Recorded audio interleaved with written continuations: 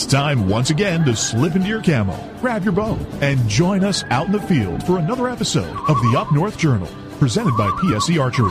The Up North Journal crew is knocked and ready to rock for another exciting adventure. So let's step outside and hit the trail. This episode is brought to you by PSE Archery, Black Eagle Arrows, Cabela's, Antler Action, Spot Shooter Archery, Tom's Custom Turkey Calls, Family Traditions Tree Stands, and Badass Slingshots. Welcome back to another episode of the Up North Journal, everybody. And guess what? Mike is nowhere to be found in the cabin. Yes, he is missing. I had to break into the cabin just so I could talk to you people. But I have located Mike. Mike, are you out there? Hey, I left you a key to get in. Don't be telling people you broke in now. Hey, I had to come through the window. Good thing I'm the small one and got in.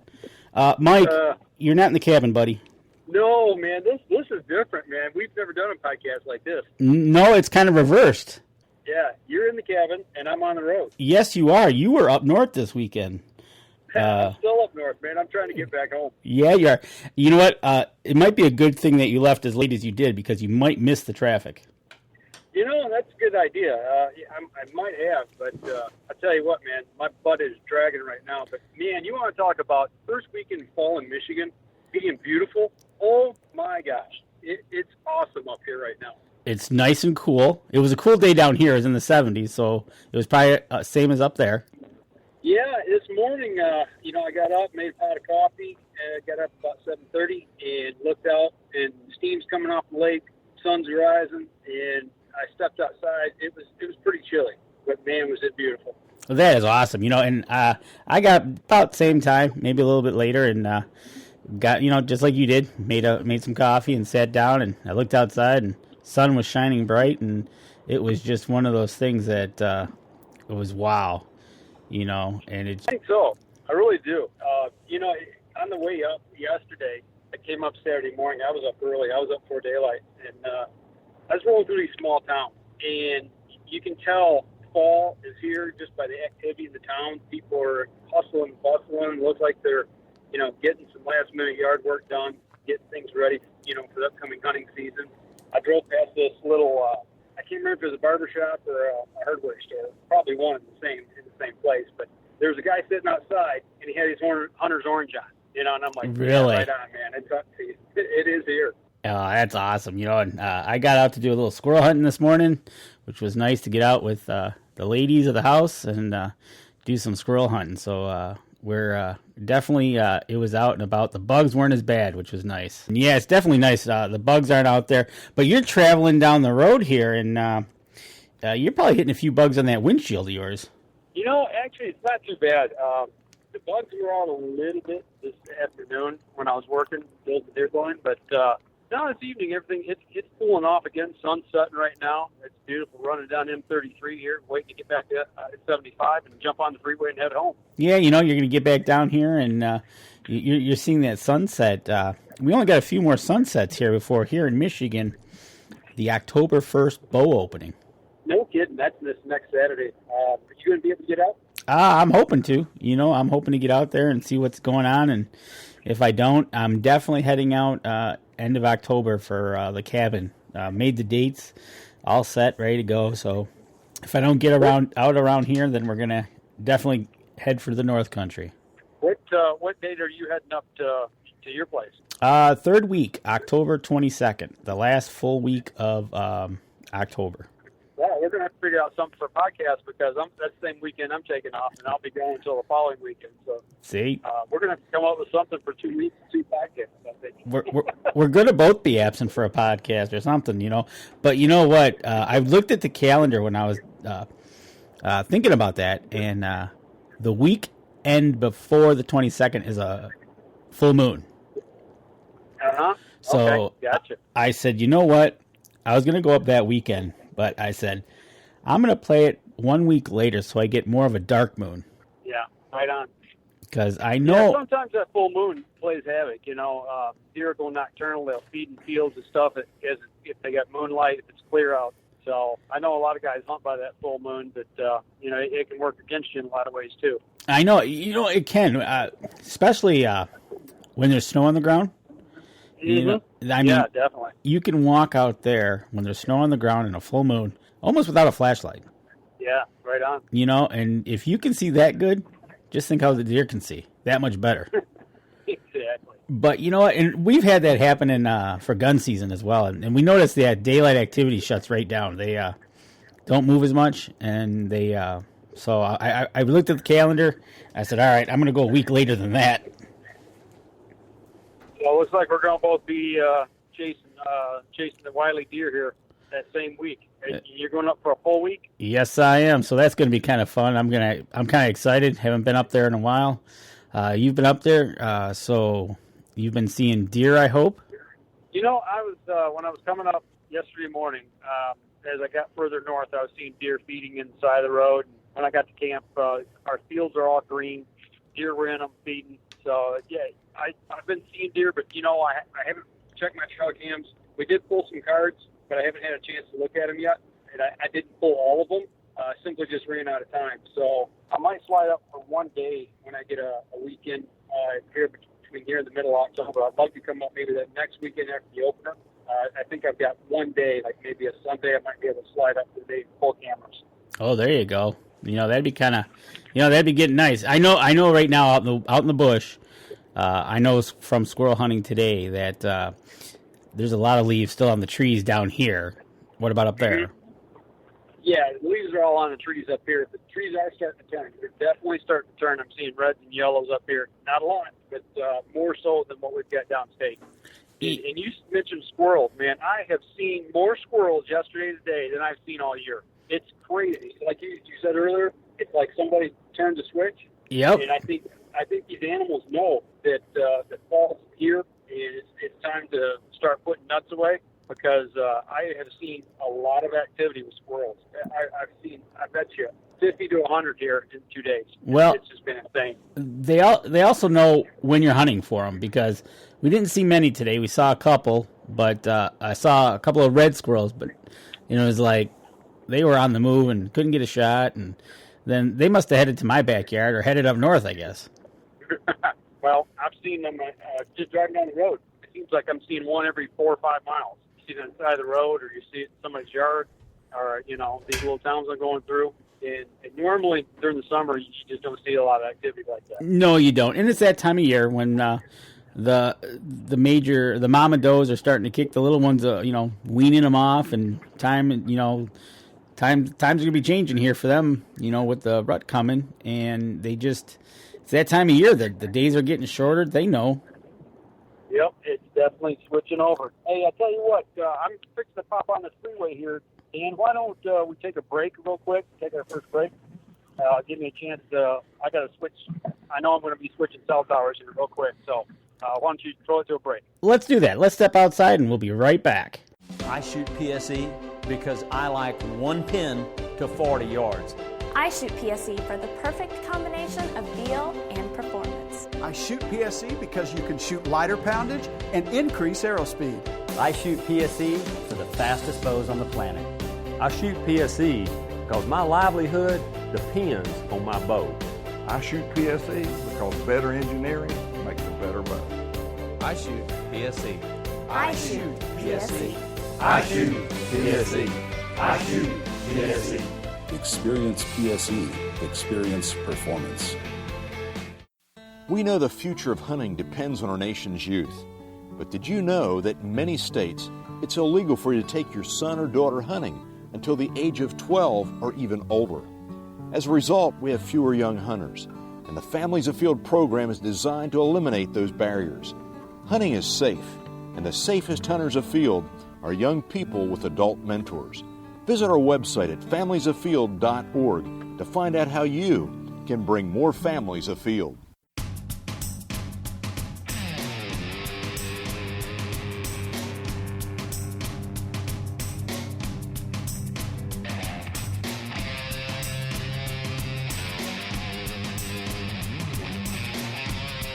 Welcome back to another segment of the show here. I am sitting in the cabin, and Mike is traveling down the road, and it sounds like you're hacking away, and you better not be getting sick. You know what? You talk about getting sick or the weather changing and all that.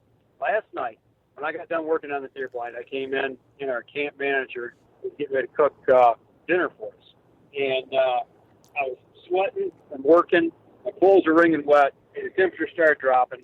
And I got over to his house, and I'm drinking a Powerade, and it was cold. And all of a sudden, I got the chills like you wouldn't believe. I started shaking, and I had to get up and go take a hot shower just to get warm again. Really?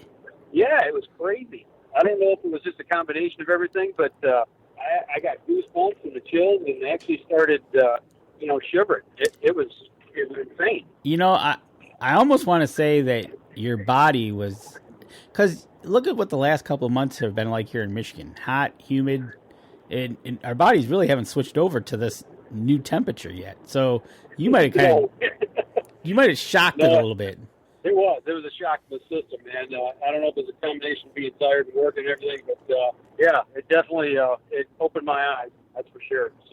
So you know what? You started a project this past week that you wanted to get it done by the opener. Did you finish the project? I can hunt out of it. Is it completely done? Not the way I want it. No. But I could bow hunt out of it. I can gun hunt out of it. But yeah, it still needs some work. The shell's up, the roof's on. I got the trim around the windows, the door. So I got the window blockers in right now to keep the weather out. So I pop those out. I could hunt out of it. I still want to put some carpet on the floor, and I got a rubber mat that I want to put down. It's going to help dampen the sound and quiet it inside. So. All right. Still some painting to do. I want to black out the inside. So yeah, there's a lot to still do, but yeah, I could actually set up there right now. So you got the rough carpentry done. Now you just got to do the finished carpentry. Yeah, pretty much. It's all sheeted and roofed and the whole 9 yards, like I said. I painted it before I went up there, so the exterior's painted and the trim's painted. The trim could use another coat of paint, but I got to put a door lock on it yet. The door's in it, but it's not. Don't have a door lock on it. So okay, so just ran out of time, Well, absolutely. So you went with. Everybody looked on Facebook and saw that you were making this thing. Somebody noticed you were making some weird angles. You make yours in an octagon fashion. Yeah, well, that way you don't have any dead corners in it. Something that my dad and we started doing about probably 15 to 20 years ago when we built the first one. And, really liked the style. Didn't like the windows the way my dad did them. We had difference of opinion on the way things should be done. So this one I got to custom make the way I want it. Oh, okay. So to my height. There you go. And you made it in an mine is square that I made. I kind of like.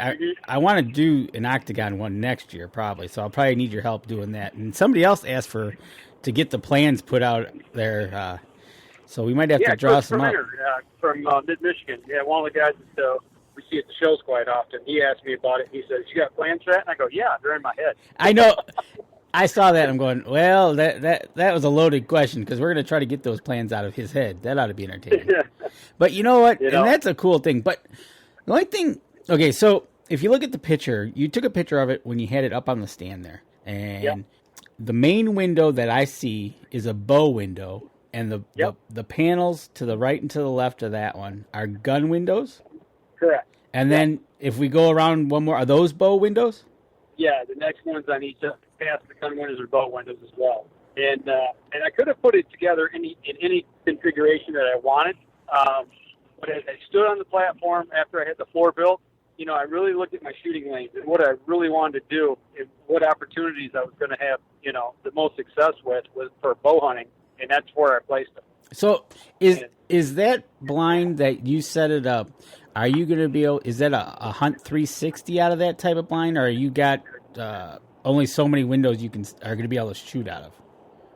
I think I'm going to have one dead window, and it's a gun window.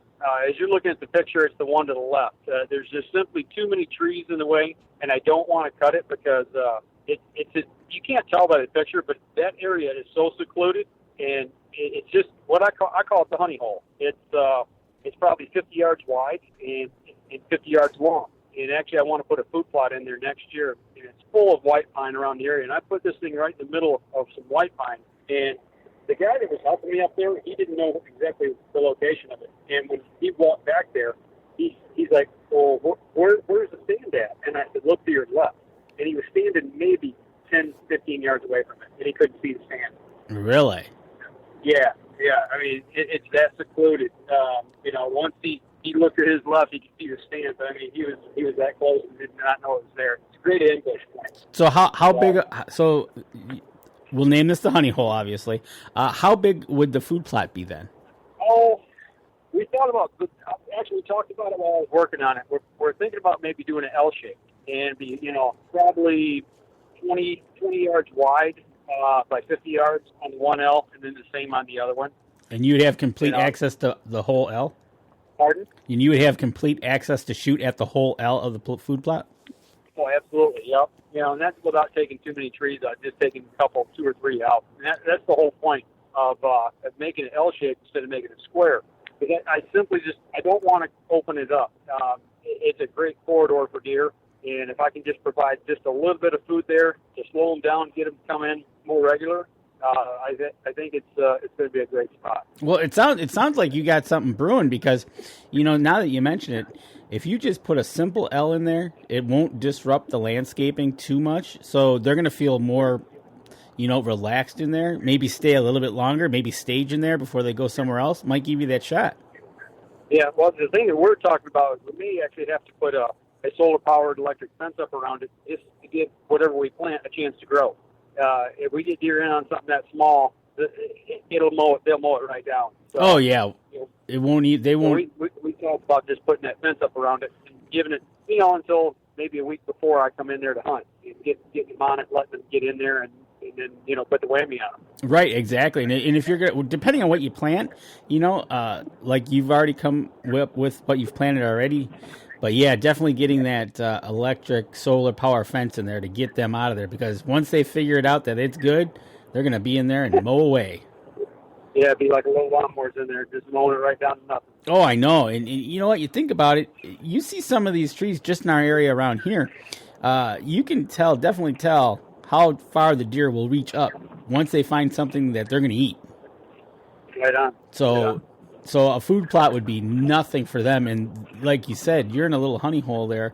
They won't have no problem spending the whole day there, just laying there, eating, and wiping you out. Well, and that's the other thing is there's a bedding area really close to that on both sides of that blind, on the immediate left and the immediate right. So the way that we've got access into this is we slip up from behind, and it's not very far from our 2-track. You can't see it from the 2-track. You have to take probably a 50 or 60-yard walk. You just simply walk up through to the tree line, and all of a sudden you push through, 15, 20 yards of white pine, fresh growth white pine, and then bang, right there it is.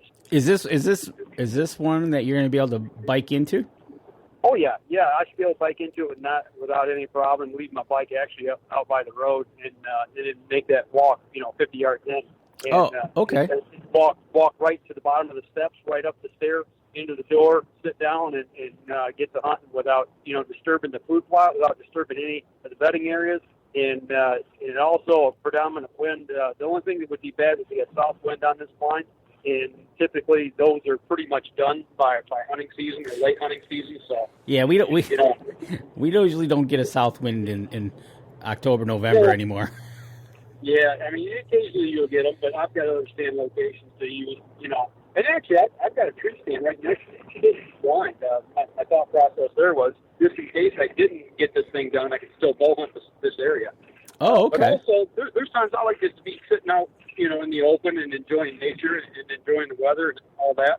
And so I can still get up in the air, Well, you know what, and like you said, just making sure you have a plan B there, but it sounds like you got this thing pretty well taken care of with just a little, you just got to bring in the kitchen sink and the stove into your blind there, and you should be all right.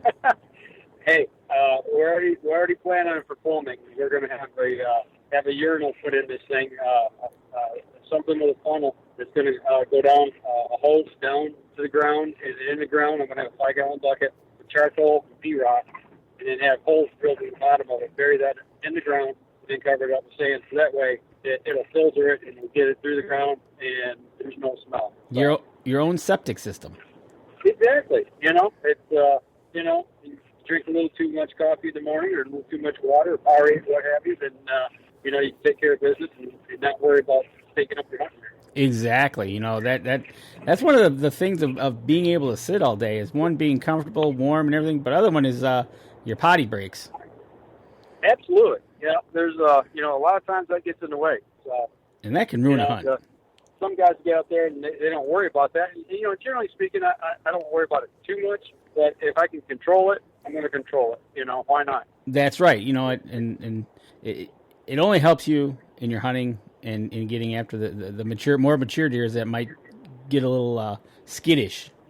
That's a good point. You bring up about mature deer. There's been a lot of discussion at our area up there at our camp, and there's two different mindsets. And I'm just trying to educate people that I don't even know quite how to say this, but there's just certain people that just don't believe that mature bucks can be bothered and pushed out of the area, and that's a battle that we're trying to work around right now. When you can control something that could potentially push deer off your property, why not take care of it and control it? Yep, you got it. That's right. It's one of those things. And you know what? How about we step out, we take a break, and let's come back and let's talk about some deer because I got a little story about a deer in my backyard, which is kind of interesting.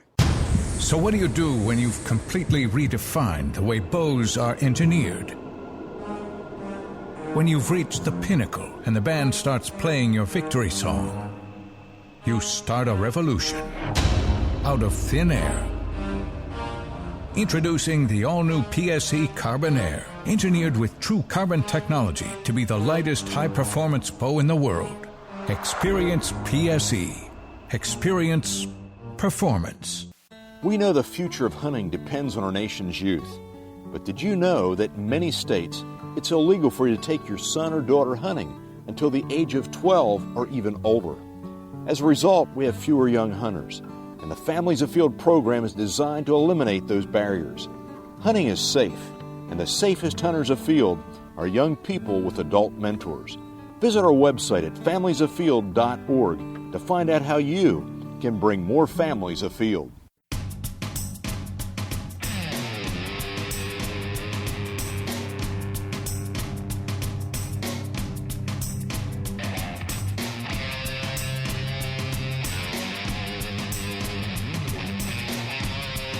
Welcome back to another Mike's No Show episode.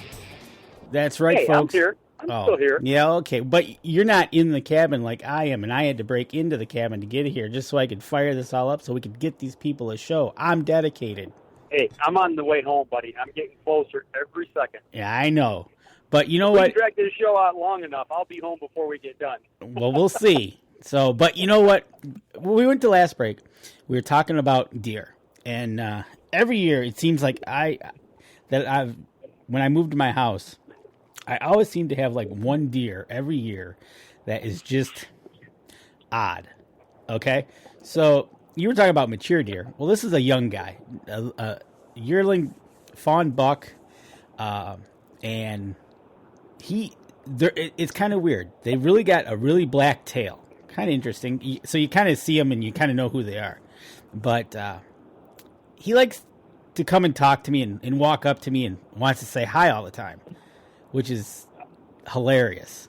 So you're talking to a deer and he says hi. Well, kind of, because I give my deer, some corn every day when I can, and now they're moving up. Now they're moving up to carrots and sugar beets. But don't worry, folks. They're in my backyard and I can't hunt them, so I'm just fattening them up for their own enjoyment and my viewing enjoyment as well. Your viewing pleasure. My viewing pleasure, absolutely. But this little guy is hilarious. My dogs that I have, 75-pound dogs, they're on an electric fence, invisible fence, so they have a certain area that they can't go past in my yard. Well, he seems to know this. And what he'll do is when I'm out there, I start walking towards him and he starts walking towards me. And he gets to about within 4 feet of me. And then he'll back off. But he does it to my dogs, and I think he does it purposely because he He won't come past the line that they can go past, but he just goes to the other side of that. And he stares at him. No. You can't get me. Exactly. It's so funny. He just walks right up. His two little nubs.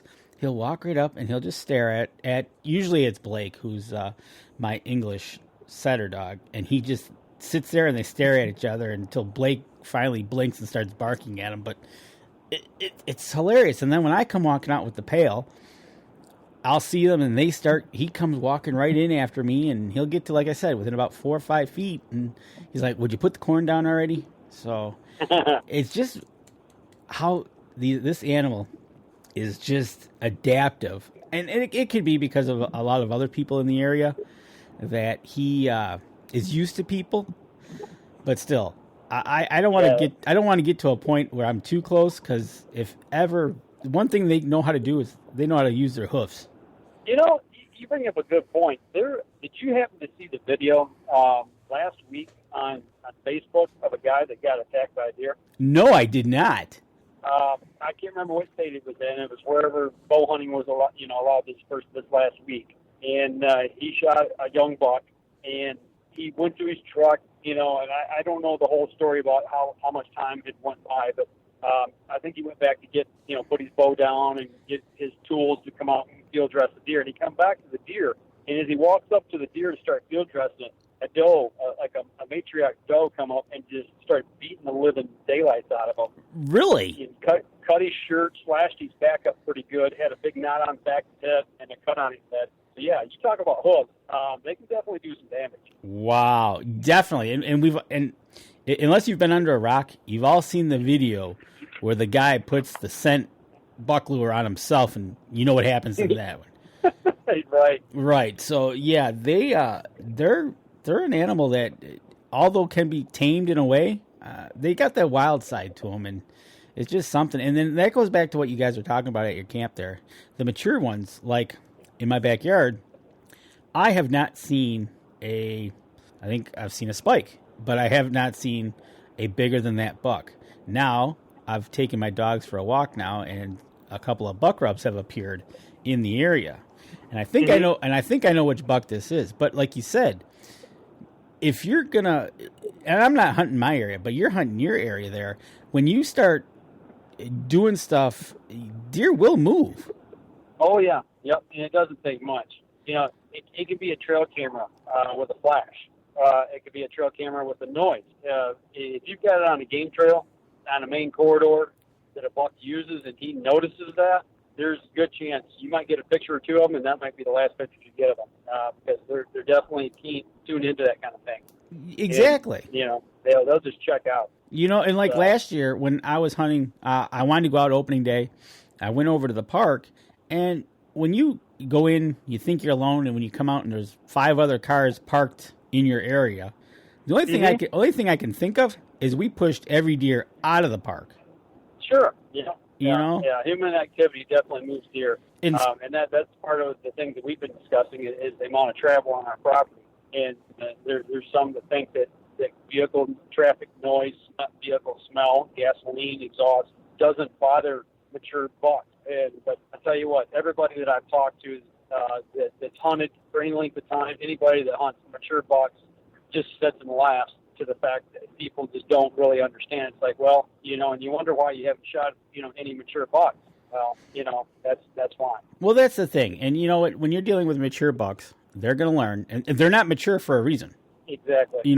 And can you trip up a mature deer in the rut? Absolutely. There's no doubt about that. But if you've pushed him off far enough, he won't be coming around anyways. But, exactly. And some of the bucks that we were seeing on our property last year were killed by our neighbors. And that can happen anyway. But the fact remains is too much travel on a given piece of property, you can definitely change the activity. And we see it all the time. I imagine with all the beating and banging and the generator running and pounding and sawing that I was doing, it's going to take a week for the deer to move back into the area that I was just in. Absolutely. And that's the thing. And it's different every place. Because now, if you were down here, well, let's take Dusty in Ohio there, where he's running his farm equipment all the time right now. So they're kind of used to it there. But up where you're at... Yeah, it's on a food source. Because it's on a food source that they're on, and they will, they'll move out when the tractor's there, but they might be within eye shot, but they're not going to be right up next to it. Exactly. And then where you're at, like you said, you're in this little honey hole area, you're in there beating and banging and making all kinds of racket. They're going to be like, Yeah, and that's the thing is I wonder if I pushed it too close to season, and we've had the logging project, and that's another reason I decided to go ahead and do this year instead of in the summer. I just simply didn't have time, first off, but the fact remains is, we've had a lot of activity anyway on the property, and deer kind of scattered here and there and everywhere, so I thought it'd be a good time as any to get in there and take care of business, and once it's done, it's done.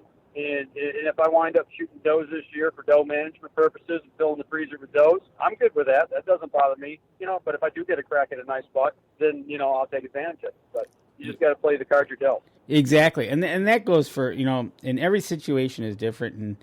But like you said, if you get the mindset right and you talk about it and say, hey, let's, whatever you come up to, like we do, we take our four-wheelers into our spots because we're taking in our gear.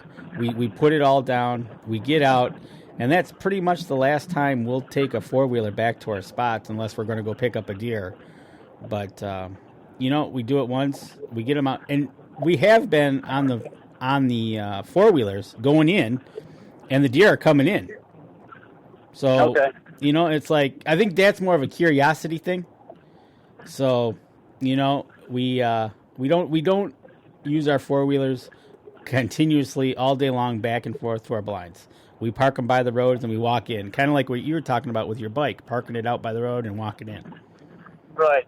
Well, and that's part of the issue of the traffic. It's when you drive out in the morning to drop somebody off and come back by, go back to your spot, and then you go back out, pick them up for lunch, go back into camp, and take them back out for the evening hunt, and go to your spot. Then you come back in and pick them up again, and then drive back to camp. That's 8 trips in one day. And it's like, okay, it's like a freeway. At that point, you do that every day, you're pushing deer off the property. You're right. And you know what? Unless you were to do that every day of the year, it will change them because they're going to be like, they'll be like, well, what's going on this week? Yeah, exactly. Something's up. But if you did it every day, like take Mark Hammer, where he shot his biggest buck of 2014 right next to the freeway. Yeah. They're used to it. The habitat was perfect for that situation he was in. He was in the thicket, and they got used to being secure and safe in that area. Yep. Whereas and that traffic's there every day. Yep. Whereas if you just a few days before season start the freeway, they're going to be like, "What's going on?" Right. Exactly. But no, yeah, mindset is a lot of this game that we play, and a way to get after those mature bucks is kind of out sneaking them. Yeah, and technology's helped us, and science, both. There's been a lot of studying going on in the last 10, 15 years in the hunting industry, along with the technology, trail cameras, and what have you. We have ways of being able to scout deer to get the job done without being there and pushing these deer hard and busting them out of the area all the time. Exactly. So you just got to be smart enough to use it. That's right. Use technology to our advantage. So, but you know what? Hopefully, you get a crack at that mature buck in your new honey hole, and then we can talk about the story about how you outsmarted him. Well, I think it's the honey hole, and it's not a square. It's not a square blind. It's octagon. It's not a hexagon like a honeycomb, but it's octagon. So I think I'm gonna call it beehive. The beehive of activity. Yeah. That's why I think I'm gonna name. They'll just call it the hive. For blind. I tell you what. Every blind's got a name. It does. You know what? Every blind's got a name, and I think you might want to wait and see, because if you call it the hive, it's one thing, but if you call it the beehive, that means you've got activity around it. So we'll have to see how much activity you get around it, just so you can call it the beehive. There you go. So I like it. All right, that's cool. Hey, everybody, why don't we just step outside for our last break of the show, and we'll be back in just a minute. The 2015 Dream Season Decree is a deadly combination of speed and precision. It's built for the moments when time stands still. When the only thing that will break the silence is an arrow slicing a clean path to the kill zone. The bow of your dreams is a nightmare for big game. This is PSE's Decree. Experience PSE. Experience performance. We know the future of hunting depends on our nation's youth. But did you know that in many states, it's illegal for you to take your son or daughter hunting until the age of 12 or even older? As a result, we have fewer young hunters, and the Families Afield program is designed to eliminate those barriers. Hunting is safe, and the safest hunters afield are young people with adult mentors. Visit our website at familiesafield.org to find out how you can bring more families afield.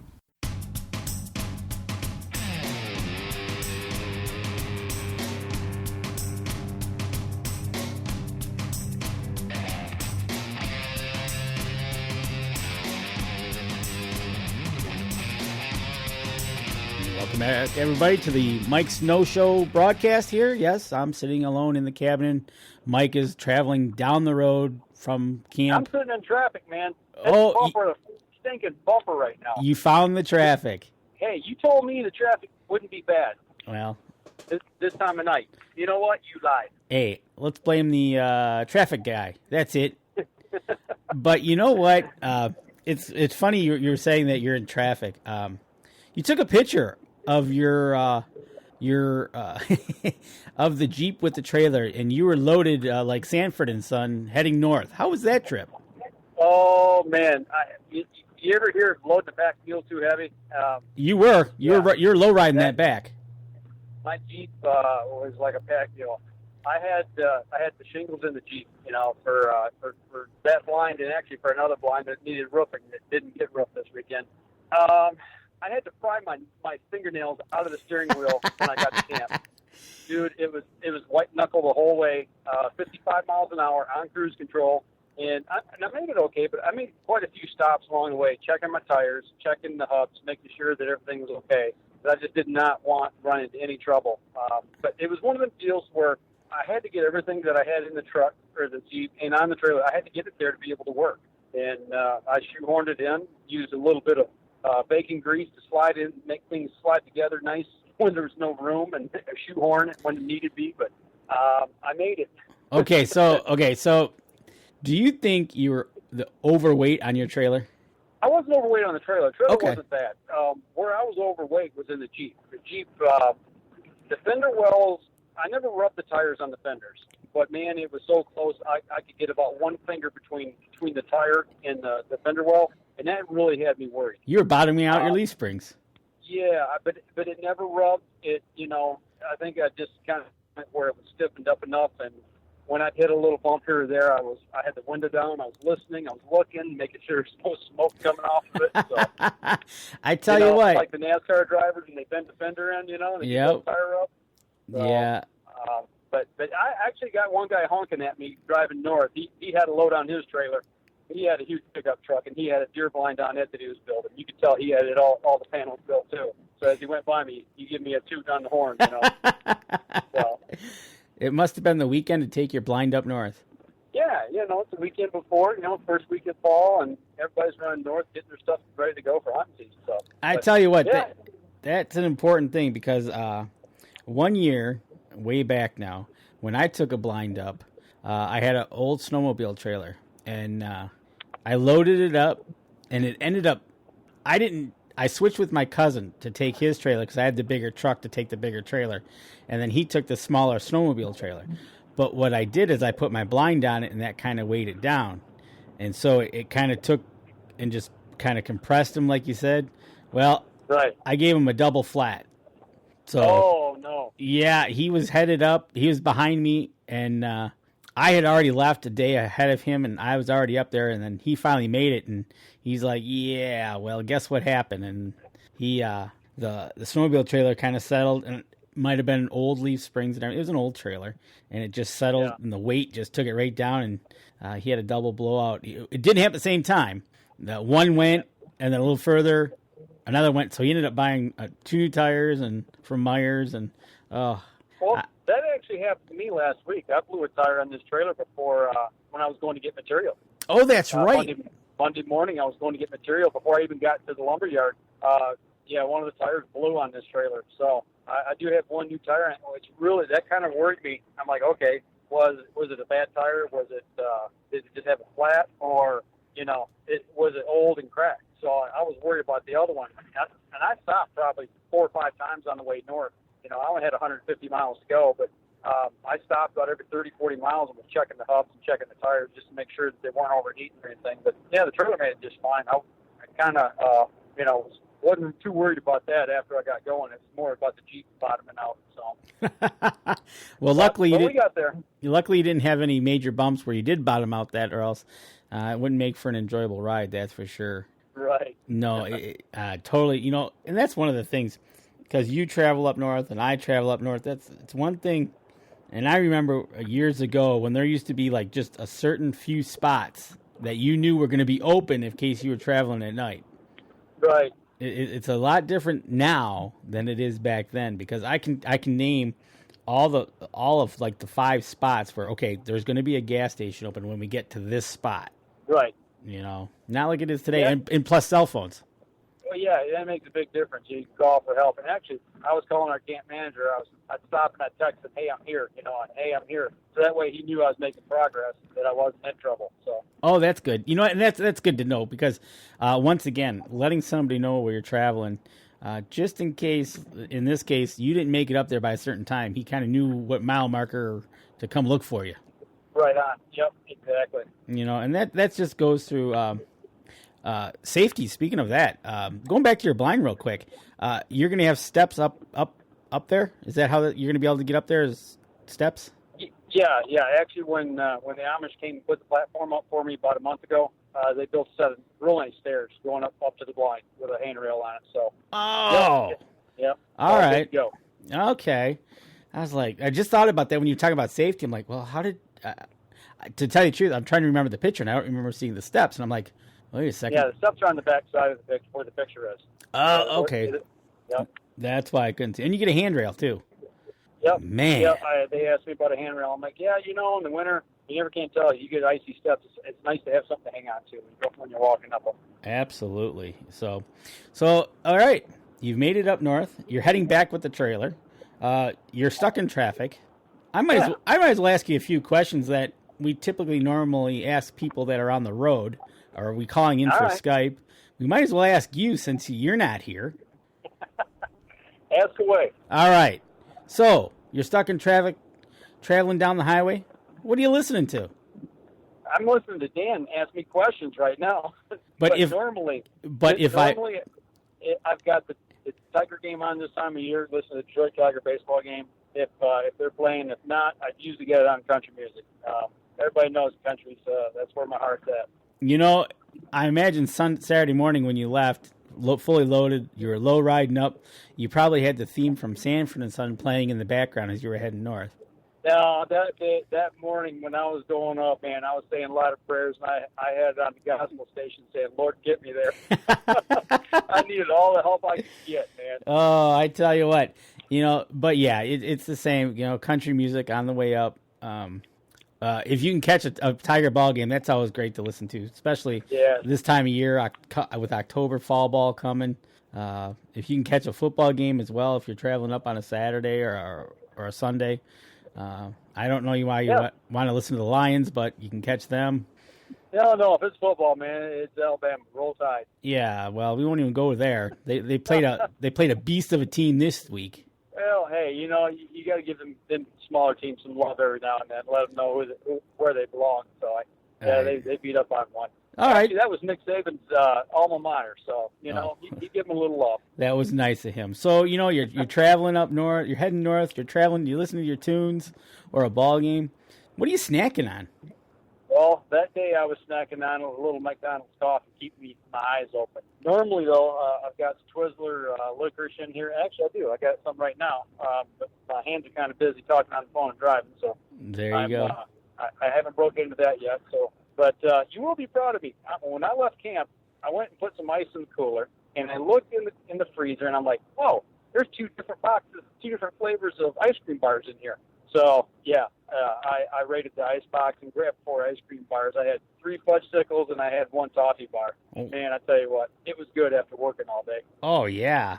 Jeez, man, must be nice getting the ice cream for the ride home. Jeez. Yeah, I was picking out, man. I eat them things in no time flat. Wow. See, so next time this happens, hopefully, maybe you'll be bringing back a deer, and we'll ask you what your favorite recipe is, but we can't do that yet. But we can definitely find out that you're Twizzler addict that you are. And well, if it's not Twizzlers, it's hot tamales. I like my little hot tamales too. Them things, little cinnamon candies. Them pretty good. Oh, that's good. Those are my 2 go-tos. See, mine used to be Good and Plenty's. That was that and Kit Kats. Oh, there you go. Nothing better than a Kit Kat out in the woods either. That's the candy of choice out in the woods. But when I was doing a lot of candy, but don't do that anymore. But hey, speaking of rolling down the road, I'm rolling up on the exit here for the Cabela's in Saginaw, Michigan, where we're going to actually be October 2nd on Sunday morning and afternoon. You want me to stop by and pick anything up as I'm heading home? You know what? No, I can wait till next Sunday when we are there. We are going to be there next Sunday. Speaking of that, you beat me to it, but we are going to be there all day next Sunday. It is their deer hunting weekend, I do believe. Yeah, and, and I'm going to pick up a new toy there, I think, that weekend. Are you? Yeah, I'm thinking about getting one of their commercial-grade meat grinders. You know, I bought the smoker last week, or week before last, on a doorbuster deal. So, you know, you and I are going to get together. We're going to make some summer sausage this year, and then we're going to smoke it in the smoker. So we'll have plenty of sausage for the entire spring and summer. All right, so we can have a little snack while we're doing the show. Hey, I like it. Sounds like a plan. So that sounds like a good deal. So that's right, everybody. Next Sunday, October 2nd, we will be at the Cabela's in Saginaw, Mike and I. If you're going to be in the area, if you're not out bow hunting, stop in and come say hi to us. I think we'll probably be back in the archery section again. So anything else from you, Mike, since you're still on the road? No, I'm just getting ready to cross the Zilwaukee Bridge now, man. I'm climbing the big hill. So all right. After this, it's all downhill, baby. It's the last bridge you got to cross before you hit home. That's right. So, all right, everybody, be safe out there. Remember, October 1st here in Michigan, if you're going up a tree stand, remember to hook up. Be safe. And with that, we'll talk to you soon. This episode was brought to you by PSE Archery, Black Eagle Arrows, Cabela's, Antler Action, Spot Shooter Archery, Tom's Custom Turkey Calls, Family Traditions Tree Stands, and Badass Slingshots. Thanks for listening, and join us again here next week. Until then, remember, as we always like to say, if you're out on the water or in the woods, shoot straight and be safe until next week on the Up North Journal.